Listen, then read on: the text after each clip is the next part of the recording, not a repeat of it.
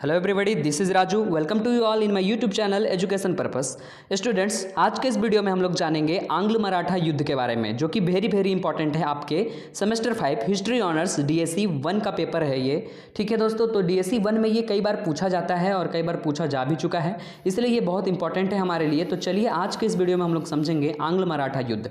और अभी मैं आपको एक चीज़ और बता देता हूँ दोस्तों कि ठीक इसके बाद मैं एक और वीडियो लाऊंगा जिसमें जो है आंग्ल मराठा युद्ध का जो परिणाम निकला था, जिसमें मराठों का जो है पतन हुआ था, तो आखिर किन किन कारणों से मराठों का पतन होता है, ठीक इस वीडियो के नेक्स्ट वीडियो में मैं लाऊंगा। क्योंकि यदि मैं उसे पहले लाता दोस्तों तो क्या होता कि ये टॉपिक आपको समझ में नहीं आता। इसलिए सबसे पहले इस टॉपिक को समझें कि युद्ध कैसे हुए, कौन कौन से युद्ध हुए, और ठीक इसके बाद समझिएगा आप कि मराठा क्यों हारे। ठीक है, उनके पतन का क्या कारण था। तो चलिए दोस्तों शुरू करते हैं। जैसा कि आप स्क्रीन पे देख ही रहे होंगे दोस्तों कि आपको यहाँ पे साफ साफ अक्षरों में दिख रहा होगा आंग्ल मराठा युद्ध। ये जो आंग्ल मराठा युद्ध हुआ था दोस्तों, ये अंग्रेजों और मराठों के बीच में हुआ था। ठीक है, मराठा एक साम्राज्य था। ठीक है, मराठा क्या था, एक साम्राज्य था जहाँ पे अलग अलग शासक जो है, अलग अलग, जिन्हें सरदार कहा करते थे।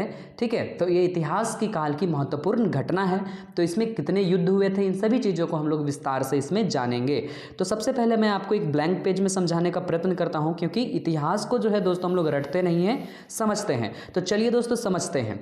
तो सबसे पहले हम जो है ये जो डीएससी 1 का सीरीज चालू कर रहे थे, उसमें जो है सबसे पहले हमने आपको किसके बारे में समझाया था। सबसे पहले तो मैंने आपको समझाया था कि अंग्रेज जो है किस प्रकार से अपने साम्राज्य का विस्तार कर रहे थे। आए तो थे यहाँ पे वे व्यापार करने, लेकिन जो है भारत को किस प्रकार से वे लूटे जा रहे थे। इसी क्रम में ये क्या होता है, आंग्ल मराठा युद्ध होता है। तो इसको थोड़ा सा अगर हम लोग पहले से रिकॉल करना चाहें दोस्तों, तो हम देखेंगे कि जैसे कि ये दक्षिण भारत का जो है हमारा मैप है। ठीक है, यहाँ पे जो है पश्चिम बंगाल यानी बंगाल में जो है पलासी और बक्सर का युद्ध हुआ, जिसमें क्या हुए थे, जिसमें अंत रूप में यदि लास्ट परिणाम हम लोग सोचे तो अंग्रेजों का क्या हुआ था, जीत हुआ था। ठीक है, और ठीक इसके बाद जो है हम लोगों ने मैसूर का भी युद्ध देखा था, जिसमें हैदर अली और टीपू सुल्तान की भूमिकाओं का भी वर्णन किया था हमने। तो यहाँ तक जो है यदि आपको समझ में आया है तो इसके आगे जो है वीडियो समझने में आपको कोई दिक्कत नहीं होगी। और ठीक इसी समय जो है दोस्तों हमारे जो ये जो पश्चिम का क्षेत्र है, ठीक है, इधर हमारा पूरब है और इधर हमारा पश्चिम है। तो उत्तर पश्चिम क्षेत्र जो है हमारा, उत्तर पश्चिम क्षेत्र में मराठे जो हैं, मराठा जो है वो क्या कर रही थी, अपने साम्राज्य को चला रही थी, शासक के रूप में चल रही थी। ठीक है, तो ये जो मराठे थे वे क्या थे, बहुत ही ज़्यादा शक्तिशाली थे।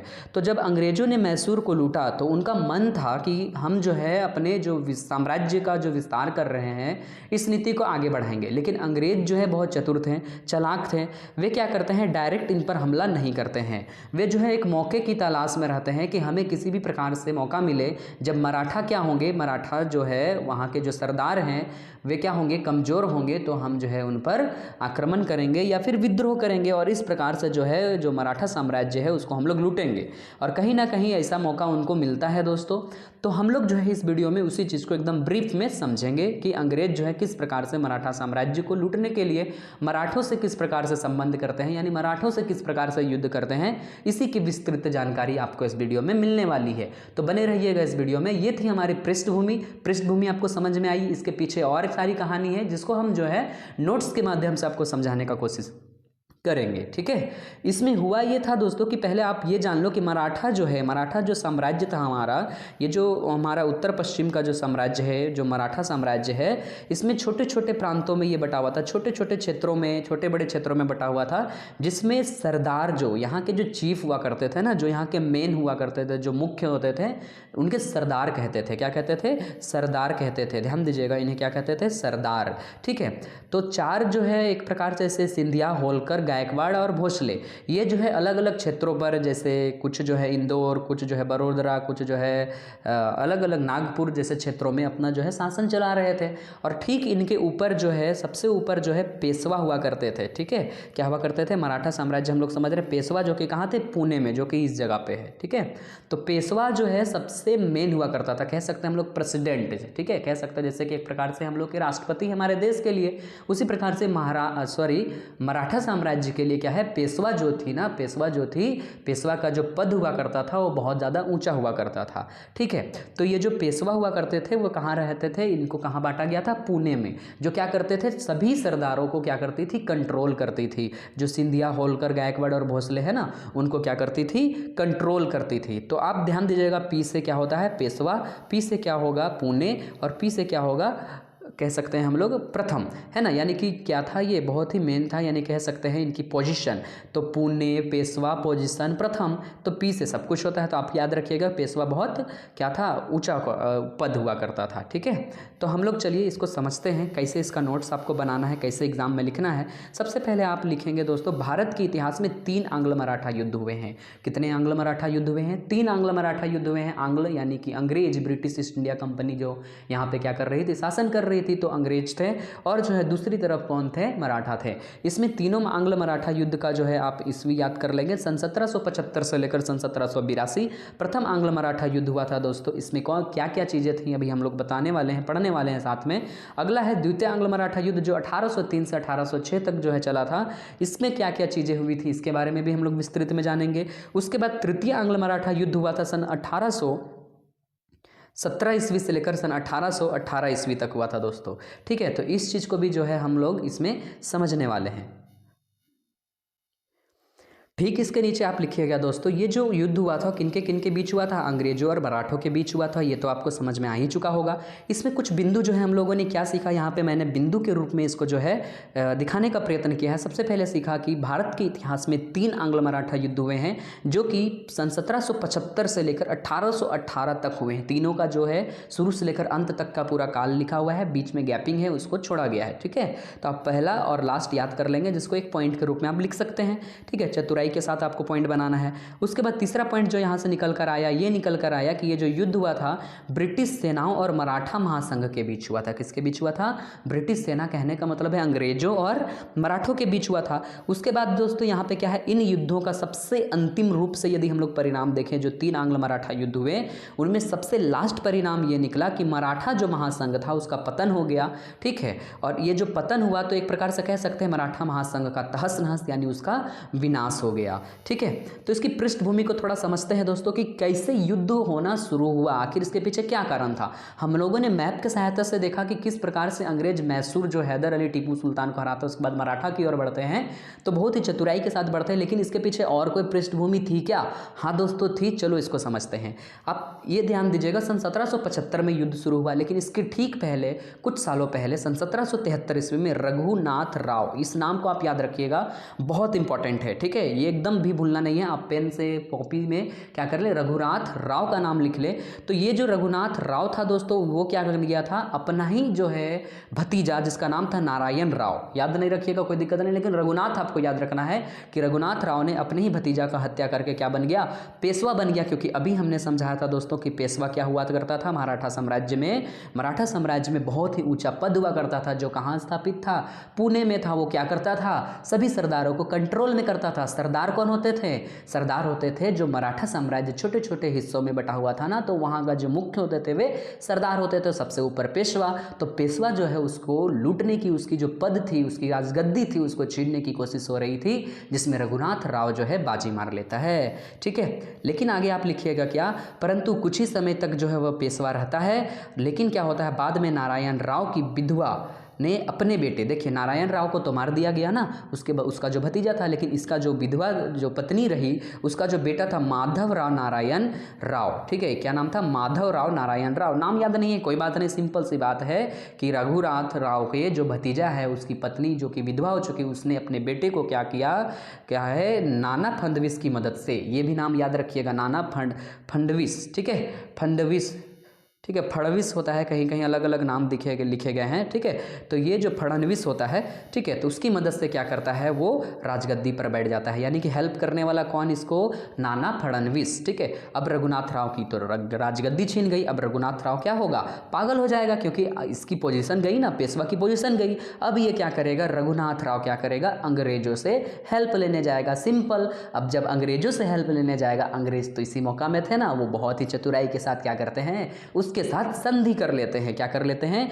एक संधि कर लेते हैं, जिसका नाम पड़ता है सूरत की संधि। इसमें बहुत सारे तरीके से जो है अलग अलग जो है नियम कानून होते हैं, इसके बारे में आपको यहाँ नहीं समझना है, सिंपल समझना है कि रघुनाथ राव जो है पेशवा थे, लेकिन उसके भतीजे को अपने भतीजे को मारकर बने थे। ठीक, उसका बेटा जो है क्या करता है, लास्ट में नाना फडणवीस की सहायता से पेशवा बन जाता है। और जो है क्या होता है, फिर रघुनाथ राव जो है क्या करता है, अंग्रेजों से हेल्प लेने चला जाता है, और अंग्रेज जो है इसकी हेल्प करने से पहले सूरत की संधि कर लेते हैं और इसके बाद जो है वे अंग्रेज जो क्या करते हैं, मराठों से युद्ध लड़ते हैं। यानी कि अभी हमने देखा कि अपने ही लोग जो हैं अब यहाँ पे क्या करेंगे, युद्ध लड़ेंगे, जिसमें अंग्रेज क्या करेंगे, फायदा उठाने का काम करेंगे। ठीक है, तो चलिए देखते हैं क्या क्या होता है इन तीनों युद्धों में, क्या परिणाम निकलता है, इन तीनों युद्धों का क्या नुकसान है, क्या महत्व है, इसको समझते हैं दोस्तों। ठीक है, तो सबसे पहले आप लिखिएगा प्रथम आंग्ल मराठा युद्ध, जिसका ईस्वी यानी इसका जो काल है वो आप लिखिएगा सन 1775 से सन 1782 ईस्वी तक जो है दोस्तों ये युद्ध हुआ था। ठीक है, अब सन 1775 से सन 1782 ईस्वी तक ये जो युद्ध हुआ था, जो कि मैंने आपको पहले ही दिखा दिया था। ठीक है, तो इसमें क्या है कि अंग्रेज जो क्या करते हैं, रघुनाथ राव को फिर से पेशवा बनाने के लिए इस युद्ध में क्या करते हैं, उतर जाते हैं, लड़ाई करते हैं। लेकिन इनके पीछे केवल यही कारण नहीं था, इनके पीछे एक कारण था कि हम जो है क्या करेंगे, एक समय ऐसा आएगा कि इन्हीं मराठों को दूसरे मराठों से युद्ध लड़वाएंगे और हम यहाँ पे हुकूमत करेंगे। और इसी सोच से क्या करते हैं वे लोग, रघुनाथ राव का साथ देते हैं और ये युद्ध लगभग सन 1775 ईस्वी से सन 1782 ईस्वी तक चलता है दोस्तों। ठीक है, और इसी बीच में एक संधि होती है, पुरंदर की संधि। क्या होती है, पुरंदर की संधि, कहीं पुरंदर भी लिखा गया है। ठीक है, लेकिन पुरंदर की संधि को जो है अंग्रेज मानने से मना कर देते हैं। क्यों? क्योंकि अंग्रेजों ने है क्या किया है, पहले ही सूरत की संधि कर ली है, ये इनका कहना था। और ये निरंतर रूप से जो है युद्ध लड़ते रहते हैं अन्य मराठाओं सरदारों के साथ, और जिस वजह से क्या होता है, लास्ट में ऐसा मोमेंट बन जाता है कि लगने लगता है कि अंग्रेज अब हारने वाले हैं। और फिर से अंग्रेज जो है अपनी चतुराई और अपने जो दिमाग का प्रयोग करते हैं और क्या कर लेते हैं, साल बाई की संधि कर लेते हैं सन 1782 ईस्वी में। यानी कह सकते हैं हम लोग एक प्रकार से कि जो है अंग्रेज का जो पलड़ा है वो कहीं ना कहीं हल्का होते जा रहा था, और जो यहाँ के मराठा थे वे उनकी पलड़ा भारी होते जा रही थी, और अपनी हार को ना झेल पाने के कारण ये लोग संधि कर लेते हैं। साल बाई की संधि सन 1782 ईस्वी में हुई थी। इसको भी आप क्या करेंगे, अपनी कॉपी में नोट करेंगे, ये भी बहुत इंपॉर्टेंट है। ठीक है, अब जो है इस संधि में हुआ क्या था, इसको भी आप बता सकते हैं। इस संधि के अंतर्गत हुआ था दोस्तों, क्या हुआ था, हर एक संधि का मतलब ही होता है कि युद्ध को समाप्त करने का एक जरिया। ठीक है, लेकिन क्या करें, इन लोगों की जो उग्र भावना है आगे बढ़ती है, संधि टूट जाता है और फिर से युद्ध हो जाता है। यही तो इतिहास है ना, क्या हो रही है, युद्ध ही युद्ध हो रहे हैं ना।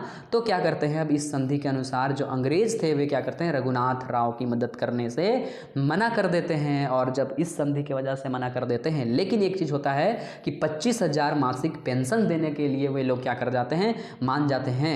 ठीक है, और क्या होता है, माधव राव नारायण जो भी हमने पढ़ा था, ठीक है, जो इनके भतीजे का पुत्र था, ठीक है, यानी इसकी माँ जो विधवा थी, ठीक है, इसके पिता जो मर चुके थे, वही जो क्या करता है, फिर से पेशवा बना रह जाता है। और जो है इसमें सबसे महत्वपूर्ण बात जो आपको याद रखनी है दोस्तों, कभी नहीं भूलना है कि ये जो प्रथम आंग्ल मराठा युद्ध हुआ था उसमें जो संधि हुई थी साल बाई की संधि, उसमें ये बहुत इंपॉर्टेंट है कि 20 साल तक जो है कोई भी युद्ध नहीं होगा। इस चीज़ की एक नीति, इस चीज़ के एक नियम बनी कि 20 साल तक कोई भी युद्ध अंग्रेजों और मराठों के बीच में नहीं होने वाला है। और इस युद्ध का परिणाम के रूप में हम क्या जाने, इस युद्ध के परिणाम के रूप में हम ये जाने कि युद्ध में अंग्रेज कमजोर होते दिखे और मराठे मजबूत होते दिखे। सिंपल यही था प्रथम आंग्ल मराठा युद्ध और इसकी विशेषता और इसका महत्व दोस्तों। लेकिन ये जो 20 साल जो अंग्रेजों ने लिए थे, ये अंग्रेजों को दिया गया था। इसी 20 साल में वे गुप्त रूप से फिर से क्या कर रहे थे, मराठों से युद्ध करने की नीति बना रहे थे, लेकिन एक मौका की तलाश में थे।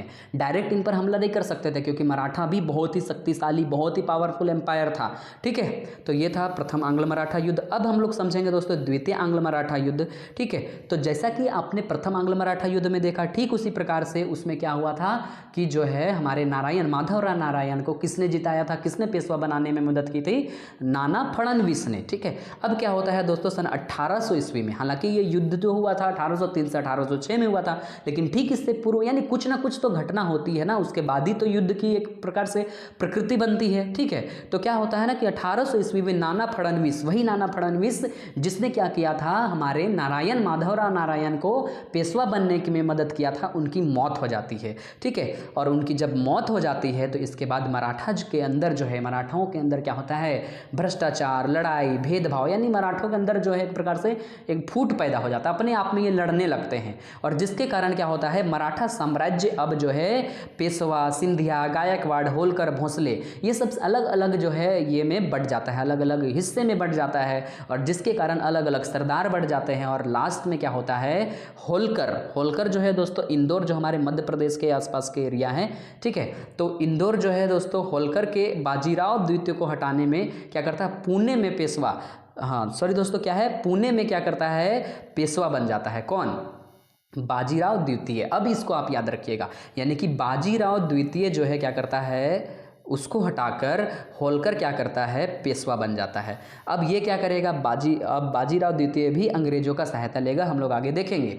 लेकिन इसमें क्या होता है कि जब अंग्रेजों की सहायता लेता है तो 1802 ईस्वी में बसीन की संधि होती है, और इस संधि में वही चीज़ होता है कि अंग्रेजों की जो जितनी भी सेना है वो क्या करेंगी, इसका हेल्प करेंगी। किसका हेल्प करेगी, बाजीराव द्वितीय का हेल्प करेगी पेशवा बनने के लिए। लेकिन इसकी जो सेना है, इसकी जो फौज है, उसकी आधी टुकड़ी को क्या करेगा, ये खर्च देगा, उसकी भरण पोषण, खिलाना पिलाना से लेकर हर चीज़ उसको देखेगा, और एक प्रकार से अंग्रेजों को सूरत नगर देगा। ऐसी जो है संधि में हुई थी। उसके बाद दोस्तों जब उसके बाद यहाँ पे एक और चीज़ था कि इसमें सहायक संधि जो है उसने क्या कर ली थी, एक्सेप्ट कर ली थी। ये सहायक संधि को इंग्लिश में सब्सिडरी एलियंस कहते हैं। आप ध्यान दीजिएगा, सहायक संधि भी आपके एग्जाम के लिए वेरी वेरी इंपॉर्टेंट है। इसको मैं अलग ही लेवल का चीज़ में इसको डालूंगा दोस्तों, इसको मैं अलग तरीके से मैं आपको बताऊंगा, इसका भी एक वीडियो आएगा, ठीक है। तो इसको जो है अभी हम लोग रहने देते हैं। बस इतना जानिए कि सहायक संधि जो है लॉर्ड वेलेस्ली ने लाया था, जिसको जो है हमारे नाना फडणवीस ने मना कर दिया था साफ साफ अपनाने से। लेकिन जब इसको जो है बाजीराव द्वितीय ने अपनाया तो बाकी के मराठे जो है उनको समझ में आया कि इनसे हमें खतरा है, और इन मराठों ने क्या कर दिया, इन मराठों ने इनका विद्रोह कर दिया, और जिस कारण अंग्रेजों को फिर से मौका मिला कि कहाँ भाई, कहाँ भागोगे, आपने मेरा विद्रोह किया, अब हम आपको जो है आपके विरुद्ध खड़ा होते हैं। और इस प्रकार से लॉर्ड वेलेस्ली और मराठों के तरफ से अलग अलग सरदार, यानी लॉर्ड वेलेस्ली अंग्रेजों के तरफ से और नेतृत्व कर रहे थे, और इधर से अलग अलग मराठे सरदार नेतृत्व कर रहे थे, और जिसके कारण ये युद्ध होता है। और इस युद्ध का परिणाम बहुत ही सटीक तरीके से निकलता है। क्या निकलता है दोस्तों, कि इसमें अंग्रेजों की जीत हो जाती है और मराठों की हार हो जाती है। क्यों, क्योंकि यहाँ पे अभी हमने पहले ही आपको बताया कि मराठों के तरफ से अलग अलग सरदार नेतृत्व कर रहे थे, अलग अलग क्षेत्रों के अलग अलग सरदार, अलग अलग सोच, इनको कमांड देने वाला कोई नहीं था, और यही कारण बना, यानी कि इनकी एकता में जो कमी थी, इसके कारण ये युद्ध जो है ये लोग हार जाते हैं। और यह युद्ध जो है 1806 ईस्वी में खत्म होता है, और 1806 ईस्वी में राजापुर घाट की संधि से खत्म होता है। यह भी संधि आप याद रखिएगा, नहीं याद रहेगा कोई दिक्कत नहीं है, बस याद रखिए 1806 ईस्वी में एक संधि के द्वारा इस युद्ध को खत्म कर दिया जाता है। चतुराई के साथ आपको भी तो एग्जाम लिखना है ना, एग्जाम में नंबर लानी है ना, तो थोड़ी सी जो है चालाकी आपको दिखानी पड़ेगी दोस्तों, ठीक है। अब जो है इसका सबसे लास्ट पॉइंट में हम लोग हैं, जो तृतीय आंग्ल मराठा युद्ध हुआ था हमारा, वो बहुत ही कम समय के लिए हुआ था, क्योंकि जो है यहाँ पे अब मराठाओं का जो शासन है, मराठा जो साम्राज्य है वो किसके हाथों में चला जाएगा, अंग्रेजों के हाथों में चला जाएगा, और अंग्रेज जो है कहीं ना कहीं सफल हो जाएंगे और मराठों का पतन हो जाएगा, जो कि सन 1817 से लेकर 1818 ईस्वी तक लड़ा गया। और इस समय जो है मराठा क्या हो चुके थे, बहुत ही ज़्यादा कमज़ोर हो चुके थे, और अंग्रेज जो है इसी बात का तो फ़ायदा उठा रहे थे। अंग्रेज चाह ही तो रहे थे कि ये लोग फूट पैदा हो, इन लोगों में लड़ाई पैदा हो, ये लोग कमज़ोर हो जाए, और हम लोग जो है क्या करेंगे, हुकूमत करेंगे। और वही मौका जो है अंग्रेज़ों को मिल गया। और इसमें जो है एक घटना कही जाती है, इतिहास के काल में बहुत सारे पुस्तकों में ये घटना मिलती है दोस्तों, जहाँ पर इतिहास हम पढ़ते हैं मराठा युद्ध का, उसमें ये लिखा गया कि पेशवा का कोई मंत्री था जो एक दूत को मार देता है। दूत जो अलग अलग देशों से अलग अलग देशों के लिए क्या करता है, समाचार या फिर संदेश पहुँचाने का काम करता है ना, तो उस दूत की हत्या किसने कर दी, पेशवा के किसी मंत्री ने कर दी। और जिसके कारण अंग्रेजों को लगा गुस्सा। जब अंग्रेजों को लगेगा गुस्सा तो वो लोग क्या कर देगा, आक्रमण, यानी कि मिल गया ये लोग का बहाना। अब इसी बहाना के कारण ये लोग क्या करेंगे, युद्ध करेंगे। और इस युद्ध को खत्म करने के लिए एक महत्वपूर्ण संधि की जाती है, पूना की संधि, और इसमें मराठा पूरा नष्ट हो जाते हैं, उनकी पतन हो जाती है, ठीक है। अब पूना की संधि क्या थी दोस्तों, इसको समझिए। पूना की संधि थी दोस्तों, पूना की संधि में हुई क्या थी, सबसे पहली चीज़ कि अंग्रेजों ने क्या किया, पेशवा पद को ही खत्म कर दिया। ना रहेगी पेशवा, यानी कहने का मतलब है ना रहेगी बांस, ना बजेगी बांसुरी, क्योंकि पेशवा था हेड, सबसे हेड था ना, जो पेशवा पुणे प्रथम पोजीशन जो हमने आपको बताया था, ठीक है, पी से सब कुछ, ठीक है, तो उसको खत्म कर दिया। अब जो है सबसे लास्ट पेशवा कौन है, बाजीराव द्वितीय। अभी हमने देखा था ना, तो बाजीराव द्वितीय को क्या किया जाता है, कानपुर के निकट बिठूर, ये क्षेत्र है दोस्तों कानपुर में बिठूर, वहाँ भेज दिया जाता है। पुणे जो है, पुणे में अब इसको नहीं रहने का अधिकार दिया जाता है, और जहाँ जो है उसको पेंशन दिया जाता है अंग्रेजों के द्वारा, और उसी पेंशन पे वो जीवित रहता है। और इस पेंशन के बाद जो है लगभग 1853 ईस्वी तक ये जीवित रहता है, उसके बाद इसकी मृत्यु हो जाती है। तो इतना ही था दोस्तों इस वीडियो में। इस वीडियो को यदि आपने ध्यान से सुना होगा तो मैं गारंटी के साथ कहता हूँ कि हाँ दोस्तों, ये वीडियो आपको अच्छे तरीके से समझ में आया होगा कि किस तरीक़ा से हमारा भारत देश में पहले पलासी और बक्सर के युद्ध होते हैं, फिर मैसूर का युद्ध होता है। कौन कर रहे हैं? अंग्रेज कर रहे हैं अपने साम्राज्य का विकास करने के लिए। उसके बाद हमारे नॉर्थ जो हमारे वेस्ट एरियाज़ हैं, जहाँ मराठा एम्पायर था जो बहुत ही ज़्यादा क्या कर रहा था, उन्नत कर रहा था, उसको कैसे तोड़ते हैं और यहाँ किस प्रकार से मराठा आंग्लों के बीच 3 युद्ध होता है, इसका क्या परिणाम निकलता है। तो ये सभी चीज़ें जो है आंग्ल मराठा युद्ध में आप अपने एग्ज़ाम में यदि ये क्वेश्चन आता है तो सही तरीके से लिख पाएंगे। हाँ दोस्तों, यदि आप सही तरीके से लिख पाएंगे यानी कि ये वीडियो आपको अच्छे ढंग से समझ में आया है, ठीक है। और हाँ दोस्तों, इसके बाद मैं प्रॉमिस देता हूँ कि इसके ठीक बाद मैं मराठों के पतन के पीछे कौन कौन से कारण थे इस पर भी एक वीडियो बनाने वाला हूँ, क्योंकि इसका जो है कमेंट मुझे कई बार कई लोगों ने दिया है। तो जो है मैं आपकी जो भी कमेंट है उसको पूरा करने का पूरा प्रयत्न करूँगा, ठीक है। इसको जो है दोस्तों हम यहीं समाप्त करते हैं। तब तक के लिए अपना ख्याल रखिए, मिलते हैं आगे के वीडियो में। थैंक यू दोस्तों, थैंक यू सो मच।